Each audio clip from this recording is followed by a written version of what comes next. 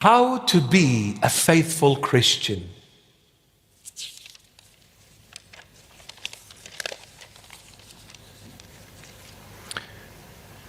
Four lessons how to be a faithful Christian. Number one, the ants. What do the ants teach me? How to rely on God always.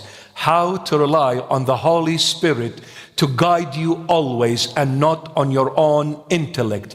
Let God navigate your life on earth, since He is the one who created this life. He is the one who gave it. He is the one who created you, created everything and everyone. He is the only one that knows how everyone and everything functions perfectly. Let the Creator navigate your life on earth. Do not rely on yourself, but rely on God, the Holy Spirit that has dwelt in you, that was sent from God the Father in Jesus Christ's name to dwell in you through the baptismal font, through the sacrament of baptism, to be in you, to be your source of life and wisdom and guide your steps in this journey so that you can make it to the shores of heaven at the end, intact, in one piece.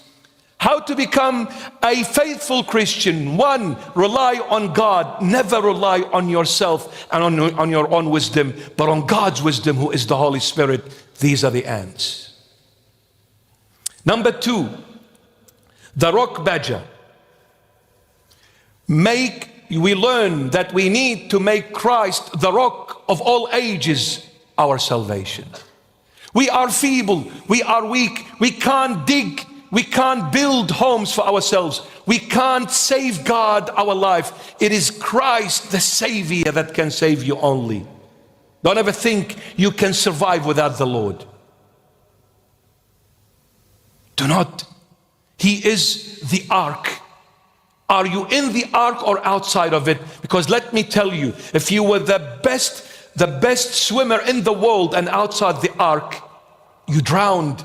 And the rabbit that can never swim, that was inside the ark, was saved. It is not what you know and who you are.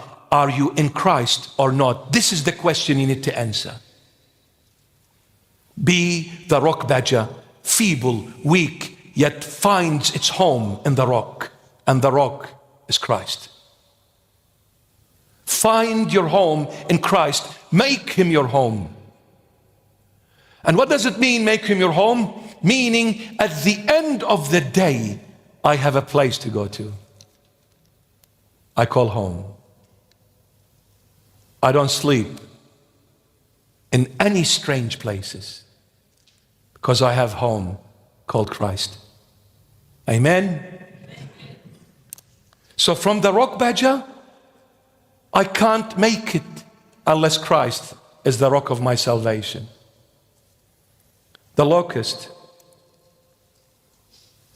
We learn from the locust on how to trust in God. Even though they fly together, one big swarm, one big group, with no king, with no leader, but they have one thing.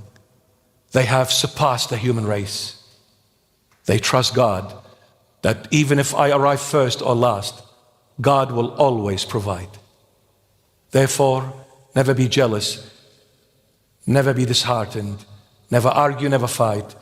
What God gave your neighbor has given you. What God gave your brother has given you. What God gave your sister has given you. What are you arguing? What are you fighting for? Be like the locust, trusting in God. And number four, spider, contentment. I'm content with the strings. Yes, it's a very expensive crown, but God never gave me the crown, so I will never be somebody God never created me to be. I'm a spider, I'm not a king.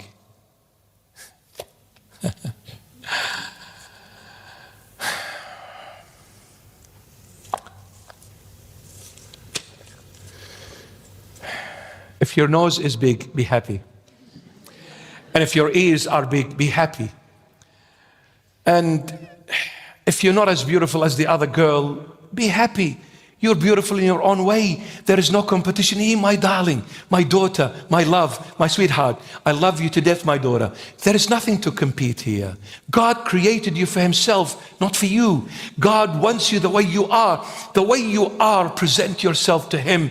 Let him make you beautiful. Don't try hard to make yourself beautiful, because you'll ruin it and you'll look like the lips of Nemo.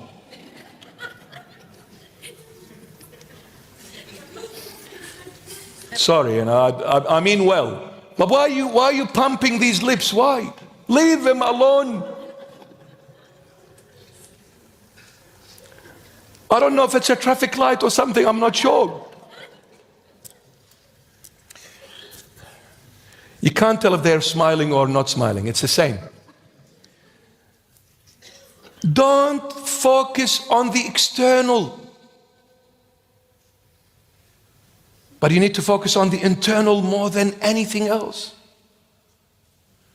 4 lessons that will make you a better Christian, that will make you a better follower of the Lord Jesus. 4 things. The ants. Rely on Christ, not on yourself. Number 2, rock badger. Confined in Christ and make him your home. Number 3, the locust. Trust in the Lord and don't ever suspect or be suspicious that he has forgotten me and walk away from me. Trust. He's always there for you. He has never left you, never will, no matter what. You better trust in this. Fly like the locust. But they don't have a king, but you do. His name is Jesus Christ of Nazareth. Amen. Make him your king. And finally, the spider. Be content, my child, and be happy with what God has given you. Do not put too much load on yourself that is unnecessary. You know what's happening? And I'll leave you with this. Thank you, Elias. I'll leave you with this. The reason why we start having problems at home, I'm not saying this is the only reason, but this is one of the reasons, definitely. Because we're putting too much load on ourselves that we can't stretch ourselves this much. An example, I have a little house, I want to make it bigger. I have a small car, I want to make it bigger. I have 5,000 in the bank account, I want to make it 500,000. And the 500,000, I want to make it $500 million. But it's never ending. Why? Because when you chase the world is like the ocean, my beloved. The water is salty. The more you drink, the thirstier you become. You will never reach contentment. And this is the deception of the old serpent, Satan the snake. He's deceiving you, saying, come on, you can do it. Come on, a little bit more. Come on, push yourself. You can achieve. You can be greater. You can be stronger. But that is a lie. You're chasing a mirage. It's not water. Give it up. Give it up. Thank God for what you have. See what happens when I go and buy a house that is beyond my budget, when I go and buy a car that is beyond my capacity, when I go and do things that are outside of my reach, what happens now? The debt is beyond the limit. I'll start doing 1, 2, 3 jobs, running like a chook without a head. As a father, as a husband, where is your wife? Where are your children? And before you know it, I've aged. I've been running 20s to provide, but I'm becoming older. I can't keep on running. I can't keep on chasing the mirage, because one day, sooner or later, I will collapse, because the sun in the desert is treacherous. It is fatal. Satan is that sun in the desert. He will burn you out and he will drop you on the wayside between living and dead. I got older. I didn't even enjoy my kids. They grew and I didn't even know how, when, what happened. And now my daughter is as a stranger. My son is getting married, and I didn't even enjoy a moment with my son, with my daughter, because I was too busy paying the debts.